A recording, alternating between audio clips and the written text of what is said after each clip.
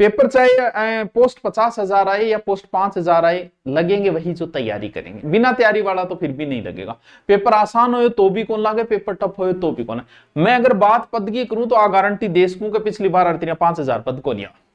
क्यों को नहीं आवा कि पिछली बार 5,000 अगर पद आ गया तो फिर दोबारा सरकार को नहीं आएगी, क्योंकि जाति सरकार है, लास्ट समय आ गया है और एक शिक्षक भर्ती निकालनी पड़ेगी। राजस्थान की राजनीति शिक्षक भर्ती पे टिकी होती है।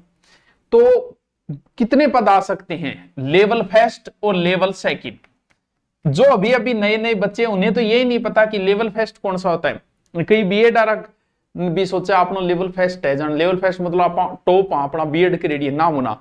लेवल फर्स्ट बीएसटीसी में और लेवल सेकंड क्या है, बीएड की में जो दारी है वो। पद की अगर बात करें तो डीपीसी होने के बाद लेवल फर्स्ट की लगभग 15,000 समथिंग और इसकी 12,000 तो गारंटी ले गई थी, बिल्कुल ले लेंगे, क्योंकि 5,000 पे तो आने से रही। आएगी तो सरकार नहीं आएगी, लास्ट साल है, आचार संहिता अगली साल के लास्ट में लगे, उससे पहले पहले भर्ती तैयार करनी पड़ेगी, ज्वाइनिंग देनी पड़ेगी। यानी या तो इस माह या नेक्स्ट माह है रीट पहले प्री होगी। प्री के लिए कोई पद बताना और जरूरी नहीं होता। प्री के बाद हम जिसे मेन बोलते हैं वो मेन एग्जाम है, वो 3rd ग्रेड की परीक्षा है जिसे हमने मेन नाम दे दिया। तो प्री का एग्जाम होगा। प्री इस महीने या अगले महीने नोटिफिकेशन आ जाएगा, दिसंबर या जनवरी में मान के चलो आपका प्री होगा। और 2027 में ही ज्वाइनिंग मिलेगी, 2027 में ही मेन काम होगा सारा का सारा। यानी 2027 में इस काम को कंप्लीट करना पड़ेगा। भी सरकार नहीं चाहती अपनी छवि खराब करना, सरकार ऐसा नहीं चाहती है कि हम दोबारा न आए। हर सरकार जाते समय कुछ भर्तियां निकालती है कुछ, तो वो आपके काम की चीज है। यानी प्री पास करना है फिर मेन। सर मेरा पिछला प्री पास है, बहुत बढ़िया, बहुत ही अच्छी बात बताई है, तो तेरा पिछला प्री पास है। जिस बच्चे का प्री पास है वो या तो इसमें किसकी तैयारी कर रहा है, सीईटी में, तो सीईटी अगर उसका पास नहीं तो आराम से सीईटी तैयारी करो। तो सर हम रीट की कब करेंगे, तो मेरे बच्चे कोई टेंशन नहीं है, जीके तैयार हो रहा है, इधर मैन में भी तो जीके ही है 60-70%, क्या फर्क पड़ जाएगा। जब मैन की भर्ती आएगी तब भी काम हो जाएगा। इधर भी सब्जेक्ट तेरा हिंदी इंग्लिश वगैरह कुछ है तो इधर भी सब्जेक्ट में हो जाएगा, कोई टेंशन लेने की जरूरत नहीं है।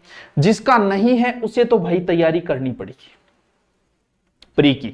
पहले प्री की है फिर मेन की है। अगर जिसका प्री पास हो जाता है, देखो बच्चे सारे प्री में ही पढ़ने आते हैं, और मेन में ज्यादा ऑनलाइन नहीं पढ़ते क्योंकि जीके का पोर्शन ज्यादा है।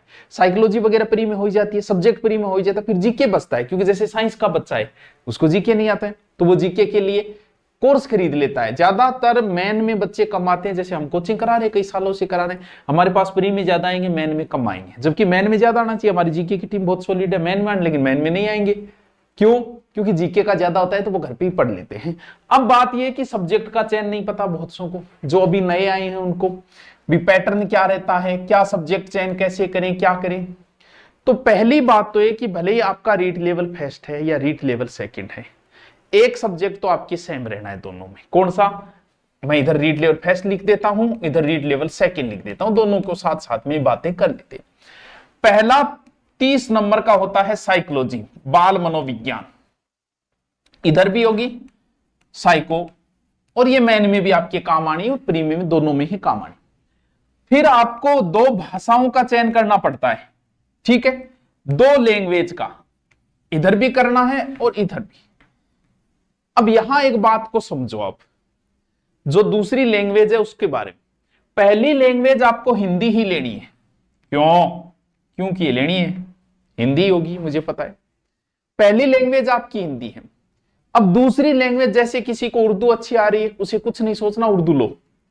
जिसको पंजाबी अच्छी आ रही है कोई टेंशन नहीं, पहली या दूसरी जो भी उसको लेनी है पंजाबी लो। लेकिन द्विधा में तो वो है ना जिन्हें ना तो संस्कृत आती है और ना ही मेरी तरह उनको इंग्लिश आती है। बड़ी समस्या तो यह है कि सर हम दूसरी लैंग्वेज संस्कृत लें या इंग्लिश लें। तो अगर भाइयों और बहनों राजस्थान अंग्रेजी में कमजोर है, English is not come to Rajasthani, राजस्थानियों को इंग्लिश तो आती ही नहीं है मेरी तरह, यहां आपको क्या करना है, मेरा अपना व्यू है, आप अपने हिसाब से कर सकते हो, जो मर्जी वो करो।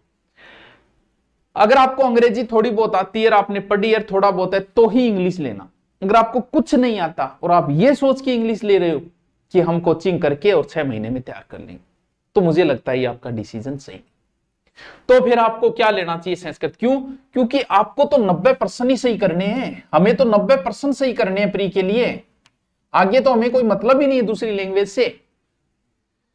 अगर आप संस्कृत लेते हो तो आपके क्या फायदा है, शिक्षण विधि इधर हो जाएगी तैयार, वही शिक्षण विधियां संस्कृत में, और आप अब इंग्लिश में शिक्षण विधि आएगी, आपकी समझ में नहीं आएगी क्या लिखा हुआ है।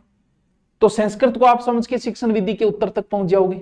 जो संधि यहां है वही संधि यहां है, फर्क इतना ही है कि अपने स्वर संधि के 5 भेद है, संस्कृत के 8 भेद है, वही समास है, वही उपसर्ग है, वही प्रत्यय है, यानी लगभग चीजें आपके सेम है, लगभग चीजें। तो आपकी पकड़ जल्दी हो जाएगी। आप अगर 30 में से ये सोचो कि 10, 12, 15 क्वेश्चन में सही कर दूं तो आपके 90 तक पहुंच जाओगे आप। अब आपको कुछ नहीं आता, अगर इंग्लिश आती है तो ही इंग्लिश लैंग्वेज ले बच्चों, वरना पंगा न ले।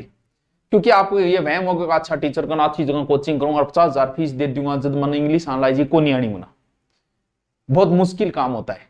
इसीलिए बहुत कुछ आता है। अगर आपको हिंदी अच्छी आती है तो संस्कृत 5-10 क्वेश्चन तो यही सही कर देगा, 10 तक कर दिया और चीजें मजबूत कर लेंगे आप। अपने को तो 90 क्वेश्चन सही करने हैं 150 में से। तो दूसरी लैंग्वेज आपको बता दिए क्या लेनी है, ये अब आपका विवेक है, ठीक है। नंबर 3, यहां क्या होगा, और यहां 30 होंगे, 30 होंगे, 30 क्वेश्चन इसके हो गए, 30 इसके हो गए, फिर आगे बचे 60 और इधर भी बचे 60। अगर बात करें लैंग्वेज फेस्ट वालों के तो इनके लगभग 30 क्वेश्चन आते हैं गणित के और 30 क्वेश्चन आते हैं पर्यावरण के। अब वो पर्यावरण में जीके के टाइप की, पर्यावरण में कल्चर जोड़ रखी है, पर्यावरण में लोक देवता जोड़ रखे है, वो पर्यावरण टाइप बोल देते हैं उसको, ठीक है, पर्यावरण अध्ययन हो गया। आओ इधर, मान लो आप साइंस के स्टूडेंट हो तो आपके 60 क्वेश्चन जो आएंगे वो गणित और विज्ञान के आएंगे।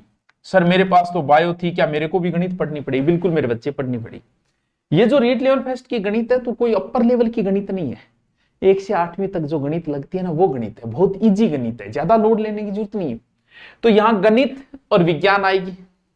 नंबर 2, अगर आप एसएस से हो तो आपके क्या आएगा, जीके आएगा, सामाजिक अध्ययन आएगा। कितने %? 60 क्वेश्चन।